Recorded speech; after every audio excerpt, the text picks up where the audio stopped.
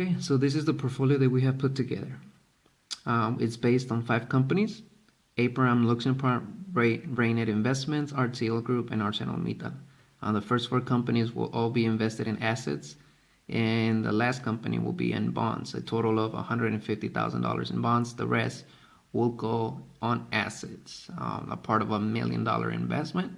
According to the price, the HPY, as you can see, the highest one we have is Abraham of 104%.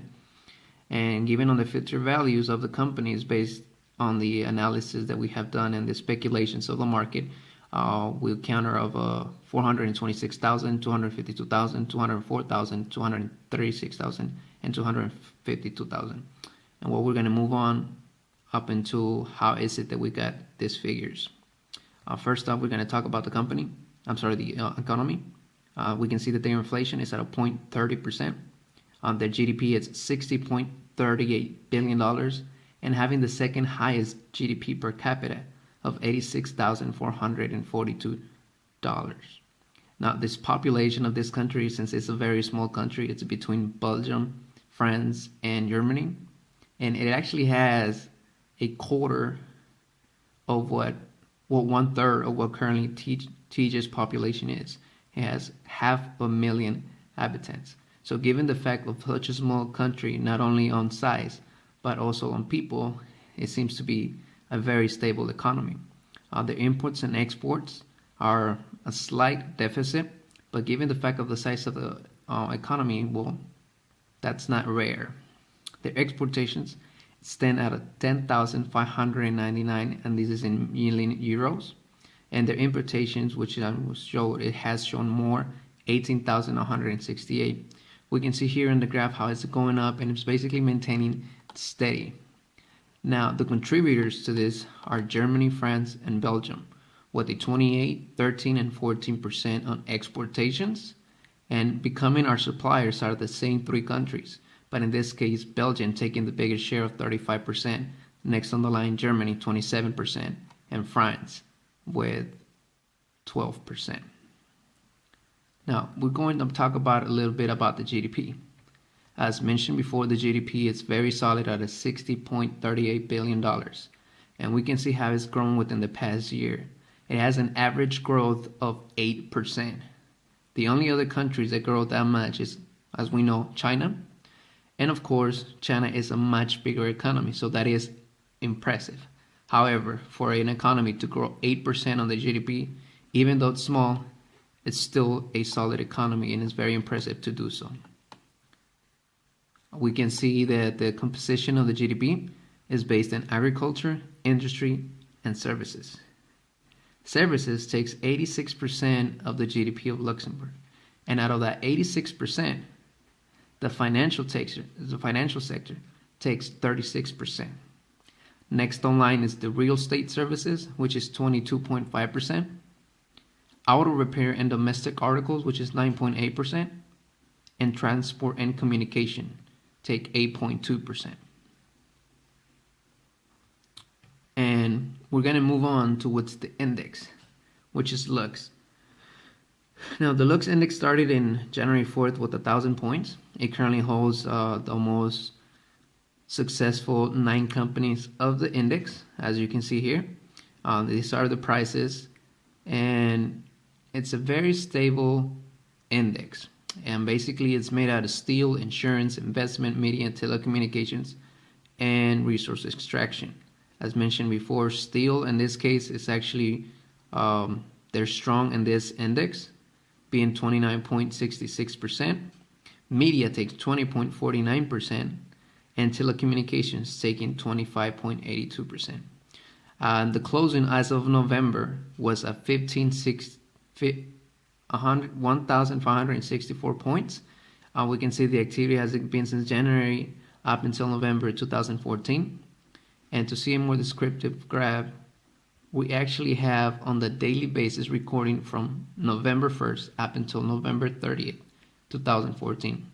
We can see how the activity has gone up and down, but we can see how it's actually shooting up.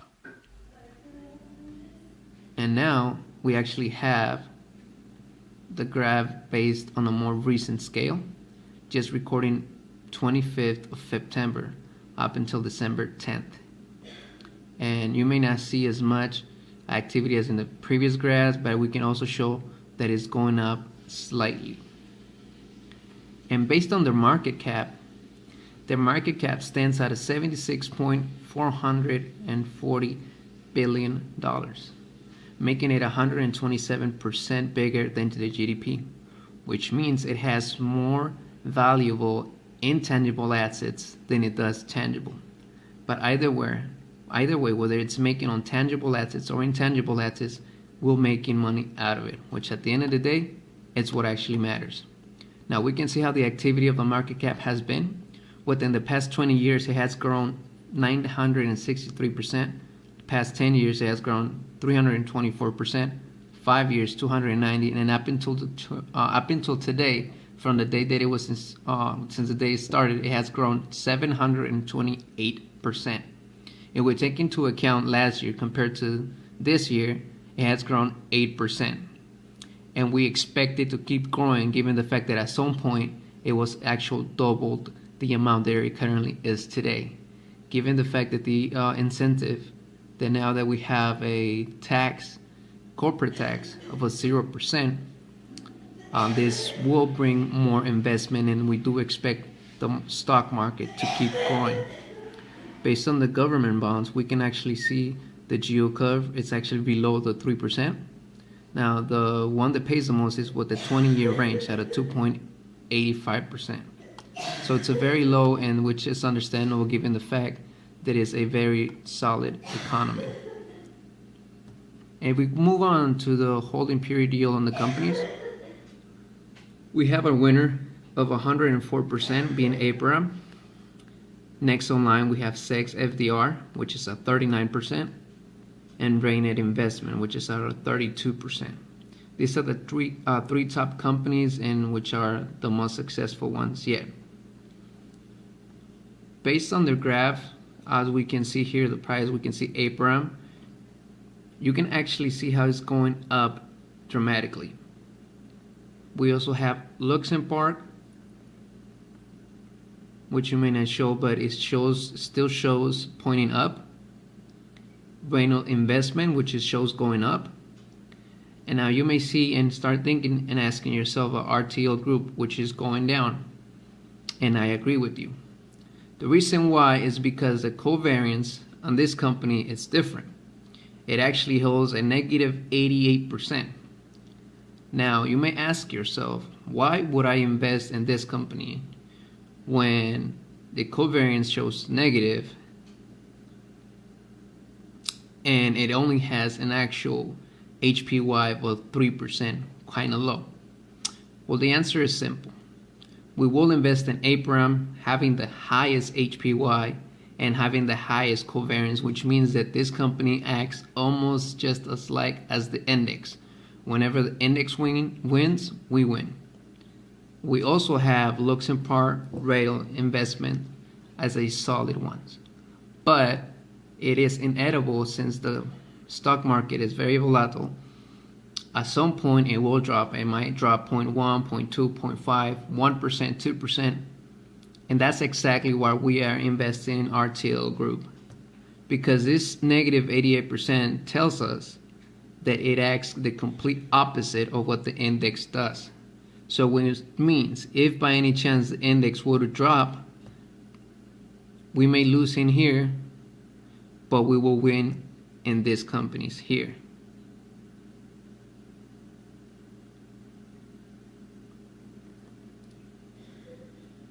And now,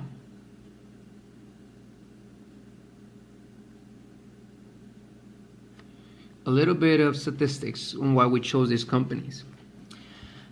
We have the top traded securities from 2012. We can see Raynet Investments, Succinav, VIP Investments, Succinasia, Luxembourg.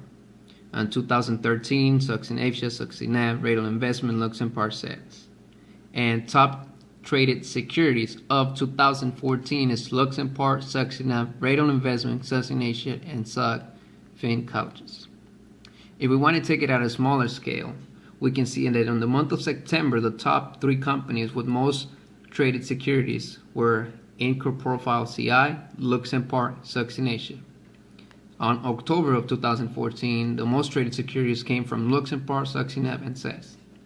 And as of this month, that just passed November 2014, the most traded securities came from Succination, Luxembourg, and Radinvest. I'm pretty sure that by now you guys have seen a common denominator, which is Luxembourg and Succination. Now, we have definitely chose Luxembourg to invest, given the fact that it does have a 17% of HPI and a third highest covariance. However, we will not choose to use Succination due to the fact that it's doing bad and it's barely recovering for its big drop. We also have another common denominator, which was the rate of investments, which it was in the past 3 years. As you can see, we have it first in 2012, we have a third in 2013, and we have a third in 2014. So we definitely want to keep our investment in the companies that show return. And speaking of return, we have what is the Lux Index return. Now this index is similar to the Lux regular. However, this index it takes into account the strip net dividends. In doing so, it enables the investor to assess their return. You can see the past 3 months, how has it gone? It shows up. 1 year, you can see how it has the activity going, and within the past 5 years, how has it gone? Now, these 3 charts all have one thing in common. They're all going up. And their average growth is actually at a 17%, which means each year, each investor takes 17% more earnings than they did last year. And with that being said, given the fact that the GDP has a solid of 60.38, the inflation is at a low scale of 0.30, we're going to go ahead and talk about the bonds that the macroeconomic database has shown us.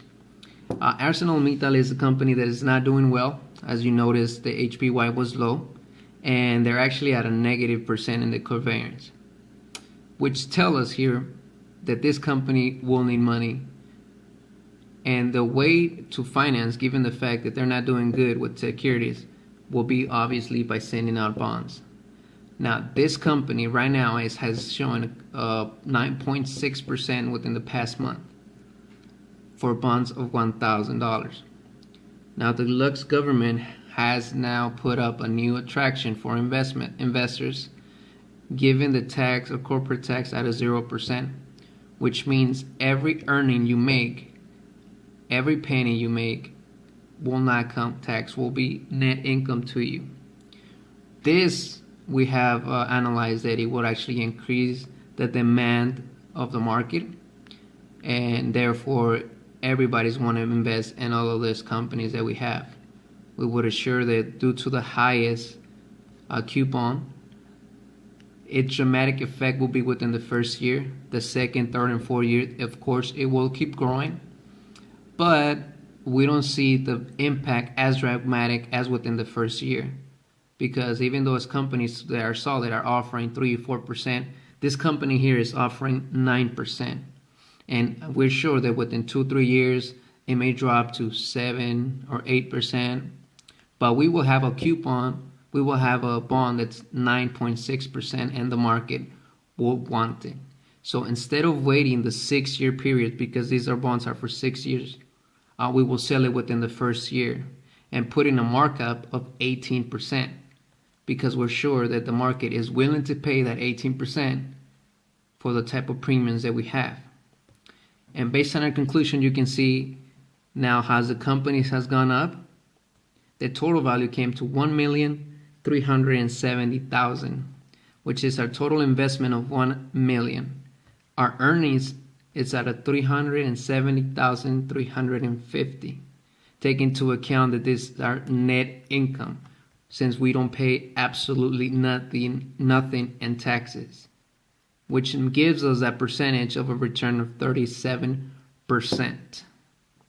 So we made 37% within 1 year in investing in these companies and investing in these type of bonds, which is actually as doubled as what the Lux return index has shown, have 17%, by choosing the right companies, by choosing the right bonds, and by choosing at what time to buy and sell, we came to a 37% income, net income of our investment. And this is only within 1 year. In other presentations, you guys may see the fact that they make money, but after that, you still have to take into account what you have to pay. Our biggest rival here will be the United States, but the United States does have tax to pay because you cannot get away from Uncle Sam. So the real question here is not really whether or not to invest in Luxembourg. The question is when to invest it. And the answer is right now. And now, based on the results that you guys have seen, we will finalize our presentation by simply asking, who's ready to invest?